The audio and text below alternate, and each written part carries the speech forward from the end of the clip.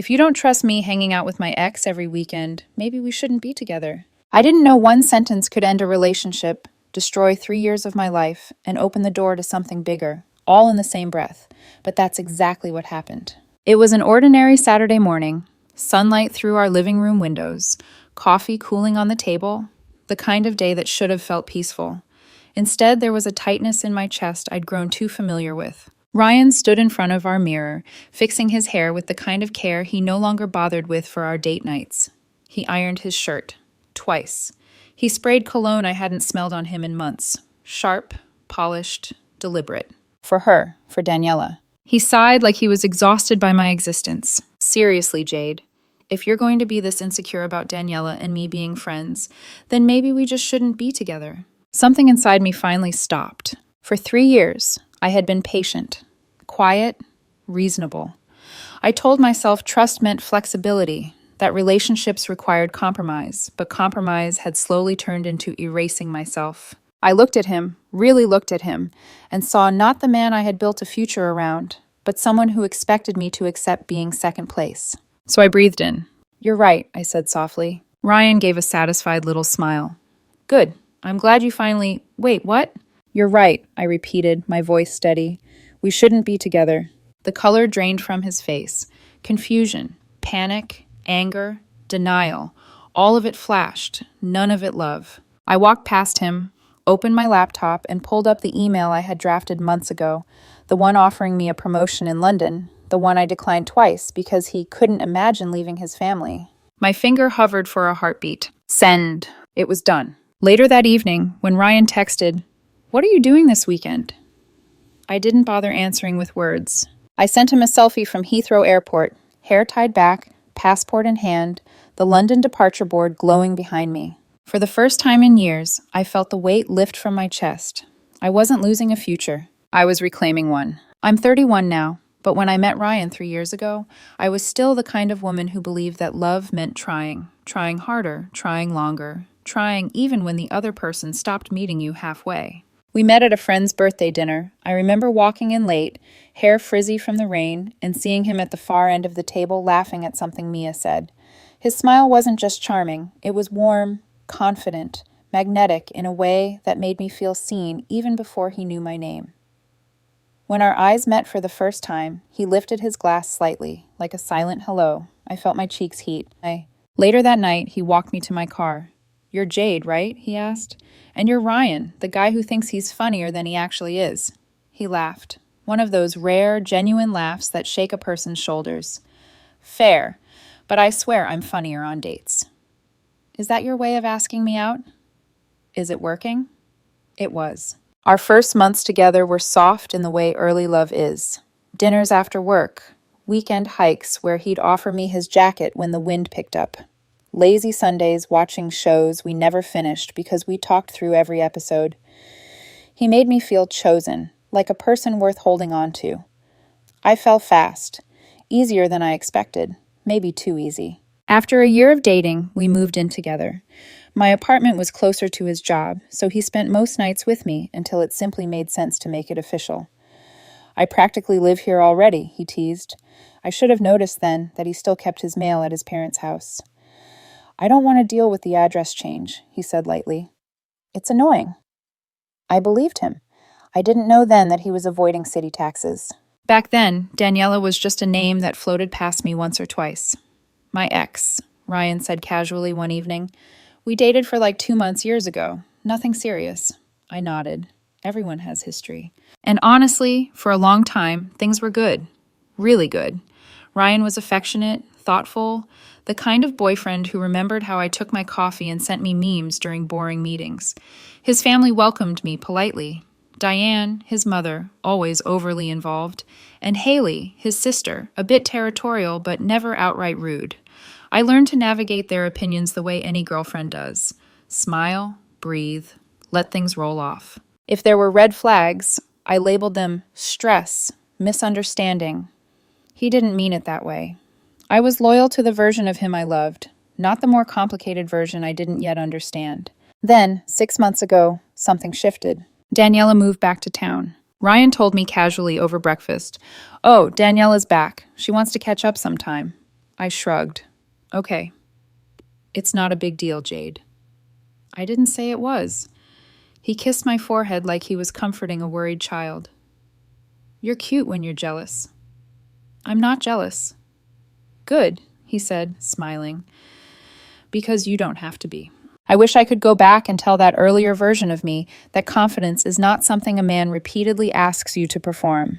Because the more he insisted I trust him, the more something in my stomach twisted.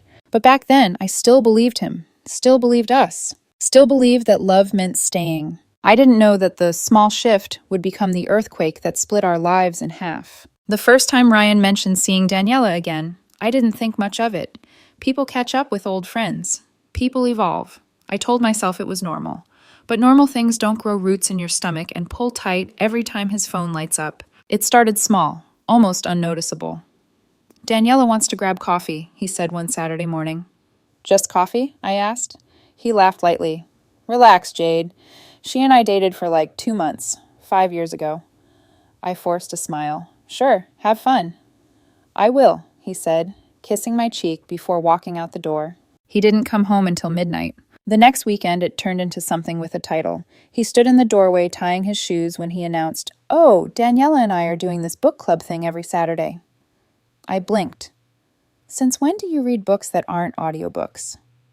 Funny, he said dryly. We're just catching up.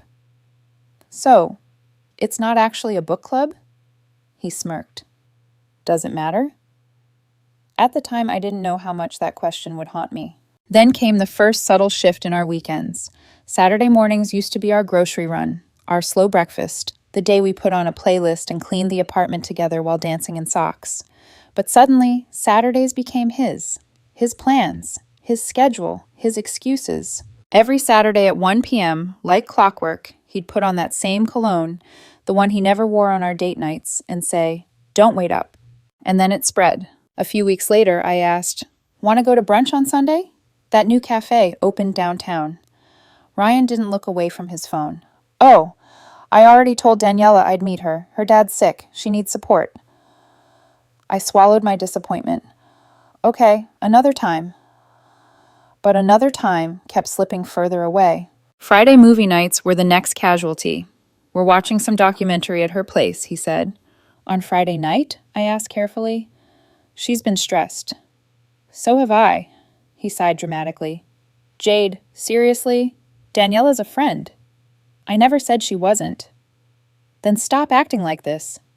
It was the first time he sounded irritated about my silence, yet completely unbothered about his absence. Little things started happening. Shifts only the person paying attention would notice. His phone always faced down. He typed faster. He shaved more often. He bought new shirts. He changed his workout schedule to morning so he could keep evenings flexible. I asked once, Why don't you invite me along sometime? He looked at me with confusion, like the idea itself was absurd. Because that would be weird, Jade. Weird for whom? For everyone. Everyone meaning him, meaning Daniela. It wasn't jealousy that bothered me. It was the way he looked at me when I asked perfectly reasonable questions. Like I was the one crossing a boundary. Like I was the one threatening the stability of our relationship.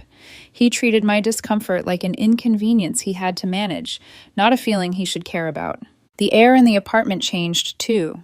It used to feel warm, lived in, shared. Now it felt like a hotel lobby he passed through between visits with Daniela. One night, after another silent dinner, I finally asked, Ryan, is something going on? He didn't even hesitate. No, you're overthinking again. Again. That word stung more than he realized. The way he said it made me feel delusional for noticing the obvious drift. He reached across the table, not to hold my hand, but to grab his phone, smiling faintly when a notification popped up. The light from his screen reflected in his eyes, and I knew exactly who it was. Daniela. Always Daniela. He muttered, I'll be out late tonight. That was when I realized something crucial. The more I tried to keep us together, the more he drifted. The more I stayed patient, the more he grew entitled. And the more I stayed quiet, the easier it became for him to forget I existed at all. Something was building, a tension humming beneath the surface of our life. I didn't know it then, but the breaking point was already on its way. And when it arrived, it wouldn't just crack us, it would split our lives in two. The weekend everything broke began like any other, me making coffee, Ryan getting ready for another book club, and the quiet, heavy tension hanging between us like a curtain neither of us wanted to lift. He walked out of the shower in a towel, humming, relaxed in a way he never was with me anymore. I watched him pick out a shirt from his closet, a fitted black one I hadn't seen him wear since our anniversary. He held it up, examined it, then nodded to himself with a little smile. A smile I hadn't earned in months. He sprayed cologne. Again, the fancy one. The one he never used for our dates, unless we were going somewhere expensive. The sharp scent filled the bedroom, so familiar it made my stomach twist. He wasn't dressing for comfort. He wasn't dressing for me. He was dressing to impress someone, and he no longer cared if I noticed. I leaned against the doorway. "You're really going today?" Ryan glanced at me through the mirror. "Yeah. Daniela texted early. She wants to finish a book and talk about it." I raised an eyebrow. "Since when do you finish books?" He shot me a look. "Jade, don't start." I wasn't starting. I had been silently ending for months. I took a slow breath. "We haven't spent a Saturday together in weeks. I thought maybe we could try that new Korean place today." He didn't even pause. "We already talked about this. Daniela's going through a lot." "You said that last weekend." "Because it's true," he snapped. "Her dad's health is getting worse." I folded my arms. "So she needs you every Saturday, and Sunday, and half of Friday?" He spun around, frustration blazing in his eyes. "God, Jade, can you stop being so insecure?" Insecure. The word sliced through me like a cold blade. I steadied my voice. "I'm not insecure. I'm uncomfortable. There's a difference." "Same thing," he muttered. It wasn't. He went back to the mirror, fixing his hair one last time. "Look," he said. "Daniela and I dated for like 2 months, 5 years ago. You know that." "I know what you told me," I said quietly. He rolled his eyes dramatically, like he was the one being wronged. "Jade," he said sharply, "if you don't trust me hanging out with my ex every weekend, maybe we shouldn't be together." Everything stopped. The smell of coffee, the ticking of the clock, the soft hum of the air conditioner, all of it faded into a dull, echoing silence. His words didn't come with hesitation, not with fear, not with any sense of what they would do to me. He threw them like someone tossing away something they no longer cared to hold. I stared at the man I had loved for 3 years, the man I had moved in with, the man I had turned down 2 major promotions for because he couldn't imagine leaving. The man who used to kiss me goodnight and tell me I made him better. The man who now couldn't spare me one Saturday. Something inside me, the version of me who always forgave, always soothed, always rationalized, finally died. My voice came out steady, too steady. "You're absolutely right." He froze, then smirked slightly, relieved. "Good. I'm glad we're on the same— Wait, Jade, what do you mean?" I tilted my head. "Exactly what you think I mean." He blinked. "You're being dramatic. I didn't mean it literally." "You did," I said, "and even if you didn't, you should have, because you meant every other part." "What part?" "The part where I'm always the one adjusting. The part where you treat me like a backup plan. The part where you think I'll never leave." I walked toward the bedroom. He followed, panic rising in his voice. "Jade, stop. Seriously, don't do this."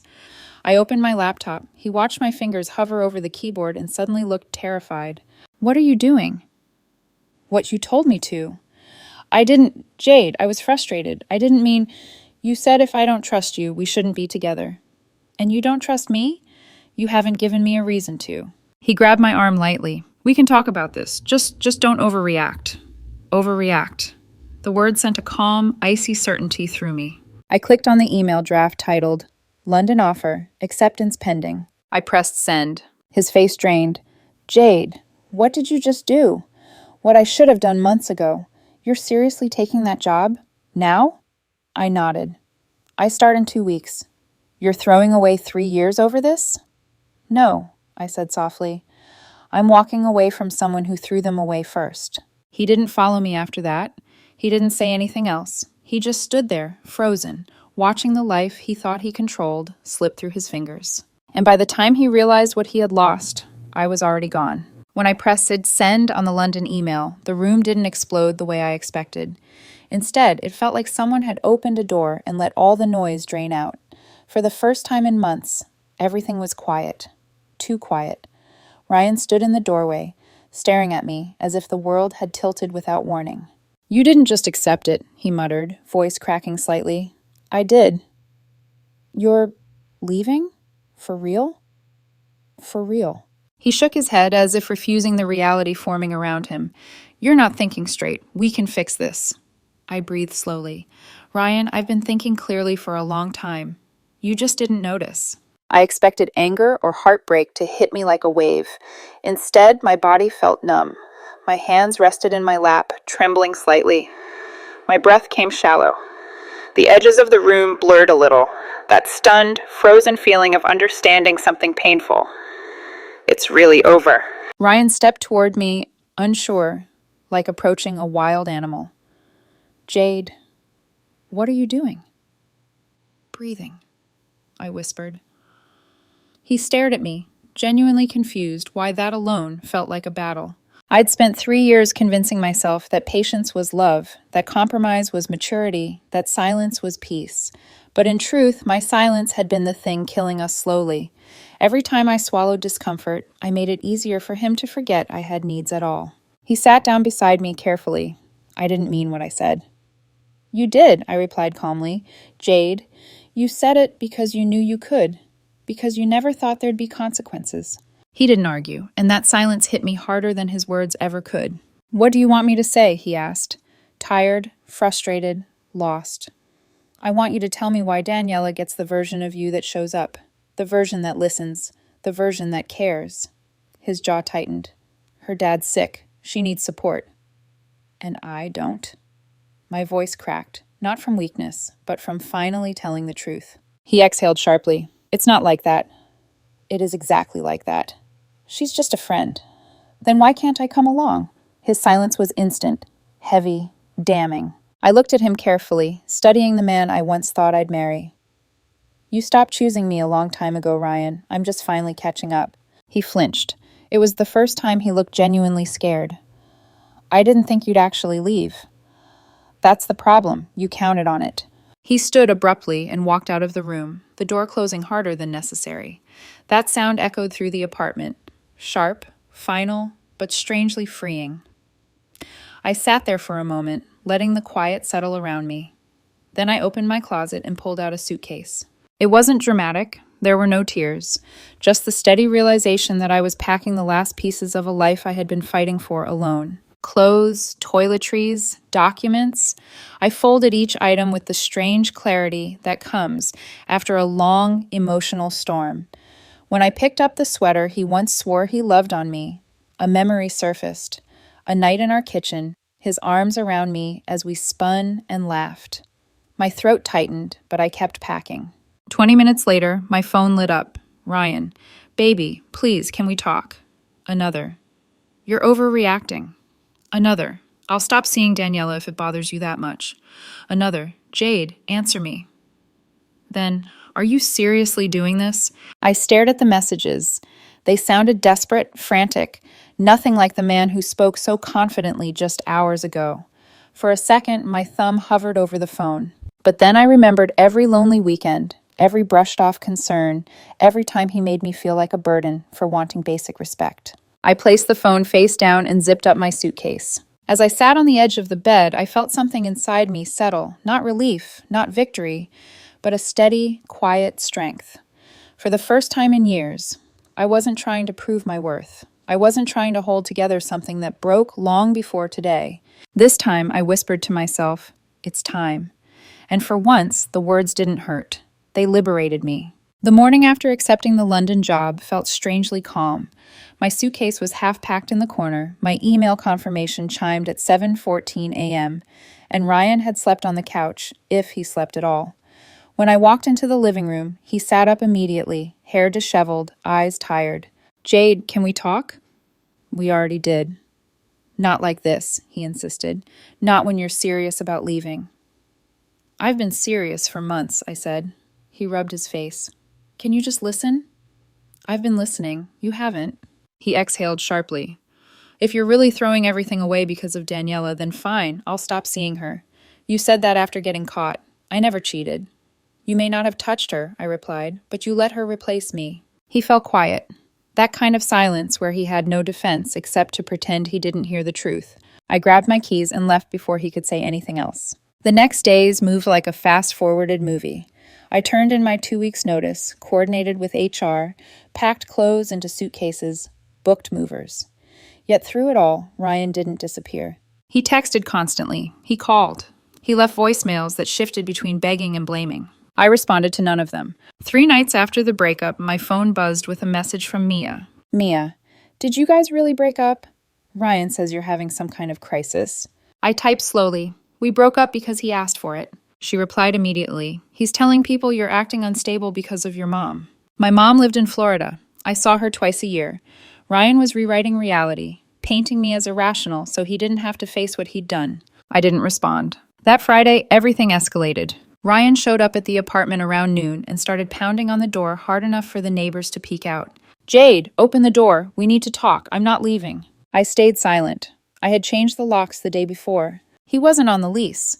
He'd kept his parents' address to avoid city taxes. Legally, he was a guest. I texted him. Your things are in boxes by the door. Please take them. His reply came seconds later. I'm not taking my stuff because I'm not leaving. This is insane. Please pick up your things. This isn't a discussion. The banging stopped. When I finally looked through the peephole, his expression was a mix of anger and disbelief, as if he was slowly realizing he couldn't force himself back into my life. Later that night, around 9 p.m., my phone rang. Ethan's name appeared. Ethan wasn't close to me. He was more Ryan's friend, but he'd always been fair. I answered. Hey, everything okay? He hesitated. Jade, I think you need to hear something. My stomach tightened. What happened? He sighed. Daniela came into the gym today with a friend. I was working the front desk. I overheard her on the phone, bragging. Bragging about what? That she and Ryan have been seeing each other. That you think they're having book club. I closed my eyes. Are you sure that's what she said? I wouldn't call you if I wasn't. He paused.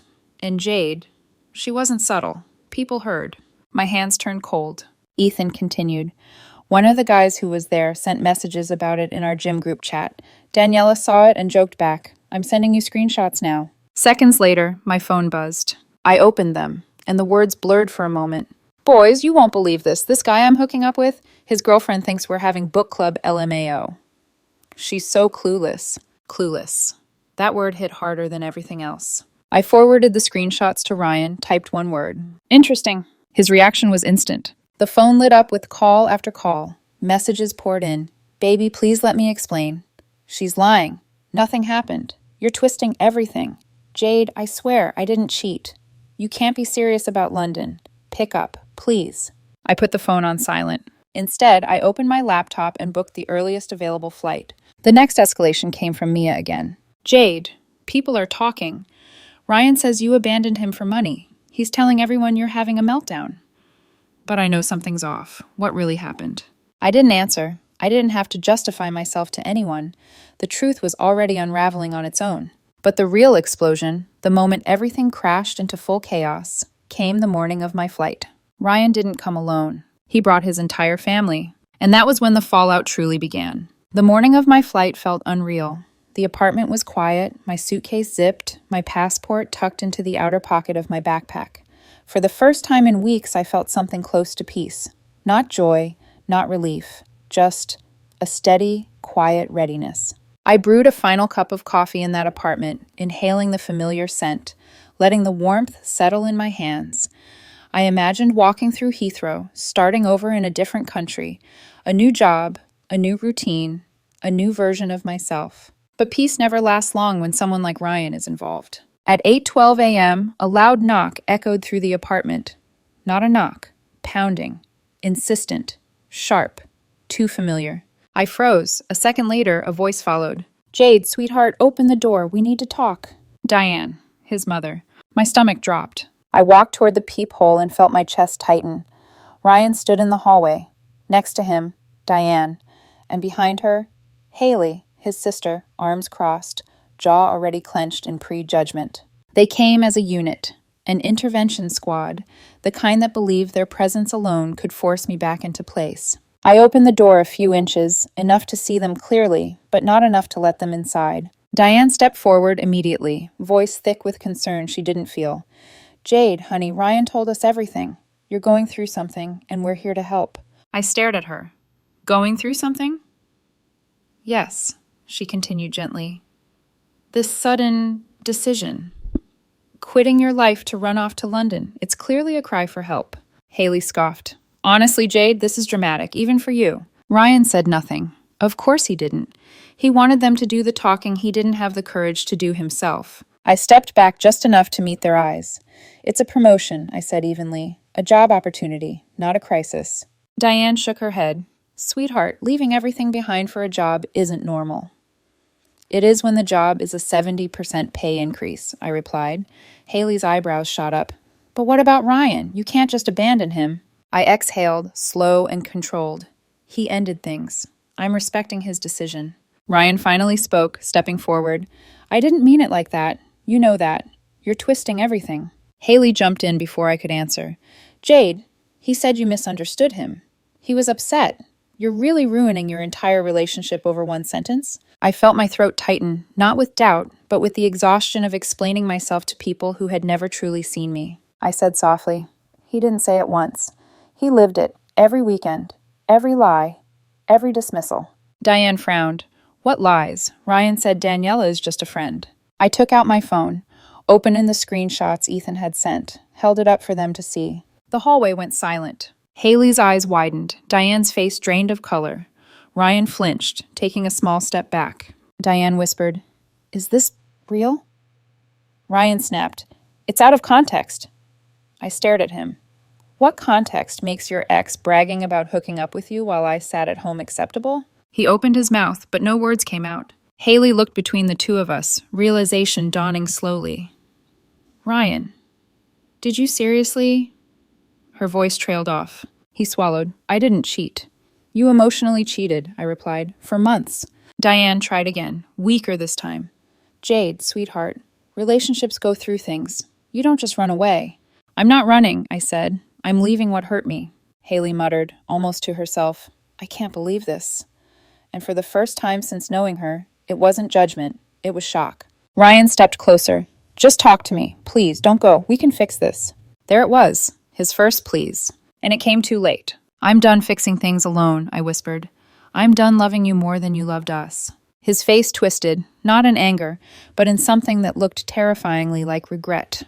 But regret doesn't rebuild what someone chose to destroy. Behind him, Diane straightened her shoulders. If you walk away from this family, Jade, don't expect us to welcome you back. There it was, the final blow, a threat disguised as dignity. I looked her in the eye. I'm not losing a family, I said quietly. I'm leaving one that never made room for me. Then I closed the door. The hallway erupted in muffled voices, Ryan pleading, Diane scolding, Haley whispering urgently, but I didn't open it again. I slid down the door, knees to my chest. For the first time through this entire ordeal, tears finally came. Soft, silent, heavy. They weren't tears for Ryan, or for what we had. They were tears for the version of me who stayed far too long, the version who believed love meant holding on, even when the rope was burning her hands. And as I cried quietly in that dark, narrow entryway, I felt something break inside me. Not painfully, but necessarily. Some losses aren't tragedies, they're openings. And I was finally falling through one. After Ryan and his family stormed out of my apartment, the silence felt unreal, like the world had stopped just long enough for me to hear my own breath again. I stayed on the floor for a few minutes, knees pulled to my chest, letting everything settle, the humiliation, the exhaustion, the clarity I didn't want but desperately needed. I wasn't confused anymore. I wasn't fighting doubt. I wasn't trying to justify his behavior by rewriting my own memories. I finally saw him, and us, exactly as we were. When I stood up, it wasn't shaky. My legs felt strangely steady. I washed my face, tied my hair back, zipped my suitcase fully, and looked around the apartment one last time. Every corner held a memory, but none of them felt like home anymore. I grabbed my phone to check the time and saw the notification. A message request from someone I never expected. Oliver, Daniela's boyfriend. My breath hitched. I opened it. Oliver. Hi. You don't know me, but I'm Daniela's boyfriend, or I guess I was. I saw posts about you and Ryan breaking up, and I'm realizing Daniela hasn't been honest with either of us. Can we talk? For a moment, I just stared at the words. Then I typed, "Me, what do you want to know?" His response came instantly. "She told me you were paranoid, that you accused Ryan of cheating. She said you were controlling, jealous, unstable. But for the last few months, she's been distant, canceling weekends, lying about where she is. Today, when your name showed up online, things clicked." My fingers hovered above the keyboard before I wrote, "Me, do you want the truth?" "Yes, please." So I sent him everything. The screenshots Ethan had forwarded, the messages about book club, the timeline Daniela mocked behind my back. My hands trembled only once when I hit send. 5 minutes passed, then 10. Finally, Oliver replied, "Thank you. I needed to see this. I'm sorry she did this to you and to me." Another message arrived. "I'm sending you something too. You deserve to know." A new set of screenshots popped up on my screen. Ryan and Daniela's conversations, jokes about me, plans about their weekends, and then one line that made my chest constrict, not with pain, but with recognition. "Jade's not going anywhere. She's too scared to leave." My face went numb. There it was, the quiet truth I had felt beneath everything. Ryan didn't believe I would ever walk away. Daniela didn't either. Neither of them respected me. They relied on my silence, on my patience, on the version of me who kept choosing them, even when they didn't choose me back. But that version of me was gone. More messages came through from Oliver. "I hope London treats you better. I hope you meet someone who actually sees you. And don't worry, I'm done covering for her." As I read his words, something shifted inside me. Not anger, not sadness, not even vindication. It was freedom. I whispered into the quiet apartment, "I'm done." I wasn't saying it to Ryan or Daniela or Oliver. I was saying it to the person I used to be.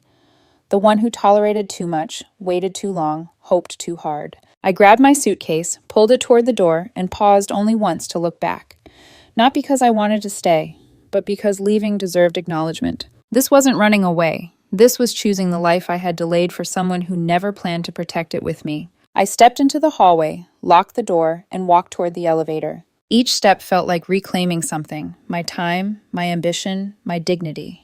When the elevator doors closed, I didn't think about Ryan's pleas or his family's accusations or the months of gaslighting and emotional erosion. I thought about London, the job waiting for me, the version of myself I was about to rediscover. And for the first time in a long time, I felt something fierce bloom inside my chest. I wasn't scared anymore. I wasn't staying small. I wasn't waiting for someone to choose me. I was choosing myself. The doors opened, sunlight spilling into the lobby, and I walked out into my new beginning, finally, unapologetically, fully mine. My flight boarded at 3 p.m., the exact time Ryan used to leave for book club. I remember thinking how poetic that was, how fitting, as if the universe wanted him to feel, down to the minute, what it meant to lose me. I turned my phone on long enough to check my gate, and instantly another message from him popped up. "Ryan, what are you doing this weekend? Can we talk?" For a brief moment, I just stared at the screen. The question was almost comical. He really thought I was still the Jade who waited at home, sitting on the couch while he got dressed up for Daniela. I lifted my phone, angled it so the giant digital board behind me was visible, and snapped a selfie. Passport in hand, London flight number, glowing above my head. Me, photo, boarding. He responded instantly. "Ryan, Jade, this isn't funny. You can't just leave. Are you seriously doing this?" I typed slowly, each word steady. "Me, you told me we shouldn't be together if I don't trust you with your ex every weekend." I finally agreed. I switched my phone to airplane mode and walked onto the plane without looking back. London changed everything. My new apartment had exposed brick, tall windows, and a view of the Thames that made me pause every time I opened the curtains. My team treated me with respect. My boss valued my input. I started waking up before my alarm, something I hadn't done in months, because I was actually excited for the day. But endings have long shadows, and mine followed me across the ocean in the form of notifications. 3 days after I arrived, Ryan posted a dramatic essay on social media. "Being abandoned without warning is something I wouldn't wish on anyone. She chose money over love." I begged her to stay and work on us, but she refused. I braced myself for the inevitable pity parade, but the comments, oh, the comments. "Didn't you spend every weekend with Daniela? Dude, you literally told her you shouldn't be together. Book club? Really? Bro, you cheated. Just say that." Someone even tagged me. He deleted the post 2 hours later. Then came the implosion on Daniela's end. Oliver messaged me again. "Oliver, I'm done covering for her. She lied to both of us. Before I could ask what he meant, he posted a full compilation on his page. Screenshots, texts, dates, the book club, jokes, the bragging, everything. He didn't insult Ryan or Daniela. He didn't add commentary. He ended the post with one line. When someone shows you who they are, believe them. The internet exploded. Daniela called me 5 times. I didn't answer. She texted, Daniela, tell Oliver to take it down. You're making me look awful. This is ruining my reputation. Jade, answer me. I typed one sentence. Me, you ruined your own reputation. She didn't reply again. A week later, the fallout caught up to Ryan, too. My building's security called. There's a man downstairs asking for you. Says his name is Ryan. My heart didn't race. It didn't sink. It simply settled. I went downstairs and found him outside the glass doors. He looked nothing like the man I'd been with for 3 years. His clothes were wrinkled, his hair unwashed, his eyes hollow. He stepped closer, palms open. Jade, thank you for coming. They wouldn't let me in. That's why they're here, I said. His face twitched.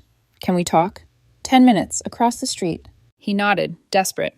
At the cafe, we sat across from each other like strangers who once knew everything. You look different, he said. I look like someone who sleeps now, I replied. He swallowed hard. I made a mistake. Which one? The lying, the gaslighting, or the part where you told everyone I was unstable? I didn't cheat, he snapped reflexively. But you acted like you were single, I said. He opened his mouth, then closed it. After a moment, he whispered, I didn't think you'd actually leave. That's the problem, Ryan. You counted on my loyalty, but you didn't offer yours. He rubbed his hands together, shaking. We can try again. I'll cut Daniela off, I swear. You already promised that, I said. You promised after losing control, not out of respect. His jaw tightened. Jade, I love you. No, I said softly. You loved having me. He stared at me, and for a moment I saw fear, real fear, flash in his eyes. Then he played what he thought was his ace. Daniela's pregnant, he blurted. I didn't flinch. Is she now? Yes. Doctor's appointment? Ultrasound? He hesitated, just long enough. You're lying, I said. He sagged. I just needed you to care. I did care, I whispered. For 3 years. You just didn't notice until it stopped serving you. We finished quietly. When he tried to touch my hand, I pulled away. Goodbye, Ryan. He didn't follow. 2 weeks later, Mia messaged me. Mia, well, Ryan moved on. She sent a photo of him at a CrossFit gym, sweaty, smiling, arms around a woman named Kieran. The caption read, Sometimes the right person was spotting you the whole time. #healing, #new beginnings. I stared at it and felt absolutely nothing. No anger, no jealousy, just confirmation. Patterns repeat until people change. Ryan didn't. Meanwhile, Daniela's professional world began crumbling. London's corporate circles were tight, and the book club story had already traveled faster than either of them expected. One night I was coming home when the lobby buzzed with whispers. She's the book club girl, right? Yeah, that's her. And then the final blow. Oliver messaged me one last time. Oliver, remember how Ryan kept his parents' address for taxes? I work in the tax department. I reported it. Back taxes, penalties, interest, 3 years' worth. His parents bailed him out, but only if he moved back home. Ryan, who mocked me for running away, ended up confined to the one place he never grew out of.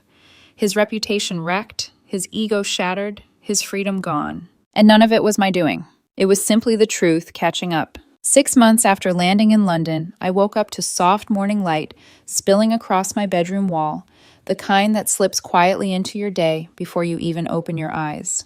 My life felt unfamiliar in the best possible way. Peaceful, steady, self-directed. Work flourished. I received my 6-month review, a raise, and a permanent position offer. My boss congratulated me, saying, "You're one of the strongest hires we've had." I didn't shrink from the compliment. I let myself believe it. I started exploring the city. Small cafes tucked behind brick alleys, bookshops with creaky floors, parks filled with the smell of grass after rain. Somewhere along the way, I met someone, Aisling, an Irish editor with sharp wit and a softness she never apologized for. She laughed when I told her about the book club saga, then said, "Well, at least it led you here." And she was right. But the biggest change wasn't where I lived, who I dated, or how much I earned. The biggest change was internal. I no longer checked my phone expecting explosions. I no longer paced around waiting for answers that someone refused to give. I no longer shrank myself to be easier to keep. I reclaimed space, and slowly that space filled with joy. Occasionally, old ghosts drifted back. Mia sent updates, screenshots, whispers. Ryan's parents made him move home. Daniela's reputation never recovered. People still jokingly called her book club at networking events. But those weren't my battles anymore.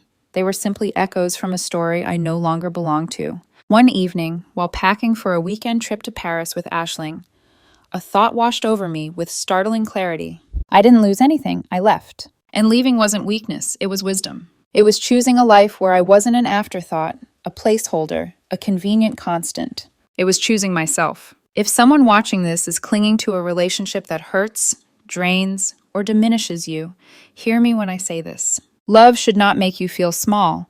Respect isn't something you beg for. And staying isn't noble if the price is your sanity. Sometimes the bravest thing you can do is walk away, even if your voice shakes, even if your heart breaks, even if no one around you understands why.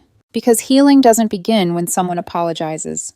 Healing begins when you decide you deserve better. And London didn't save me. Paris didn't fix me. A new job didn't redefine me. I saved myself the moment I stopped choosing someone who never chose me back. That was the real beginning. And I hope, wherever you are, you find your beginning too.